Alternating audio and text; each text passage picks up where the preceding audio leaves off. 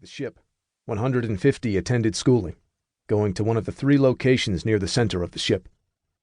There was Hippock, the school for doctors and chefs due to the similarities in their trades, the mixing and application of plant herbs, of which approximately 20 students attended, their parents typically from those positions.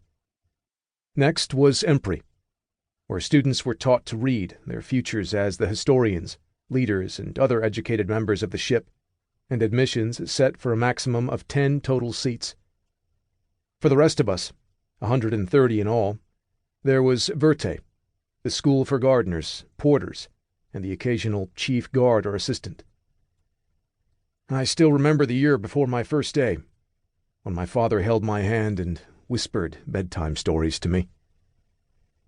"Once," he would say as I resisted sleep with wide-open eyes, "once, it is said that the ship was so large that you could walk for days without touching a wall, that the potatoes you see me farming used to grow as tall as me, perhaps even taller, and had stems as thick as my arm. Instead of the glow lights above, there was only one glow light, and somehow it split into the many that we have today. And in the floor of the ship, there were rushes of water, hallways, so to speak, that entire men could float down." "Float down water?" I asked at 3. Even back then my brows crossed in confusion. "They must have been very rich to have that much water." "Indeed, they must have been. But these are only stories, Horatius. Stories that my father told me and his father told him."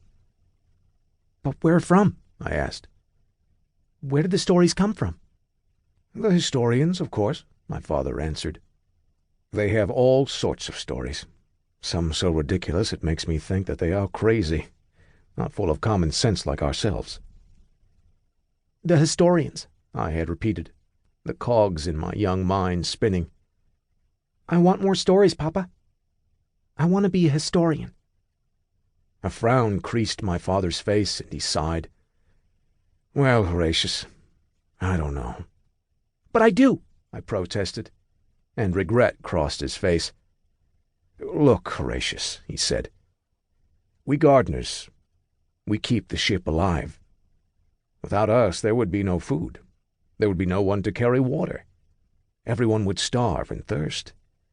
But without the historians, well, we would lose stories. And we could do without that, Horatius. Food provides. Stories do not." Then he tucked me into bed, using the patched blanket he had mended from his own youth and still bore his scent, and departed. "A historian," I had whispered before falling asleep, disregarding his last words. "A historian." 1 year later, my father dropped me off at General Assembly, where the 25 children of my year awaited their school assignments, each with a pack of vegetables for lunch and shy expressions. We had seen each other throughout the ship before, and Mitch, my best friend, was there next to me. But today was different. Never before had I been with that many people my age at the same time. "Welcome," said an adult at the center of the auditorium.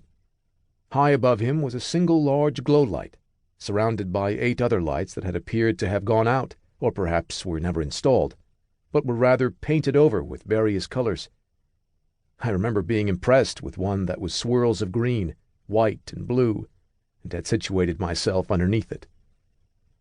"Today you will receive assignments to your schools," continued the adult. "1 of you to go to the Empri, 2 of you to Hippock, and 22 to Verte. While these placements are permanent, I encourage you to work hard, as your final assignments will be conducted at the end of your schooling. It is not unheard of for a farmer to seek to become a chef, or a doctor a chief, but it comes only with hard work."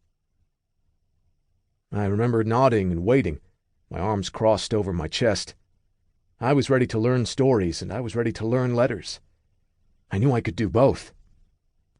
"Elliot and Hannah," said the adult, "both of you will be attending Hippock, so please exit through the door on your left, where you will be escorted to the school's chambers.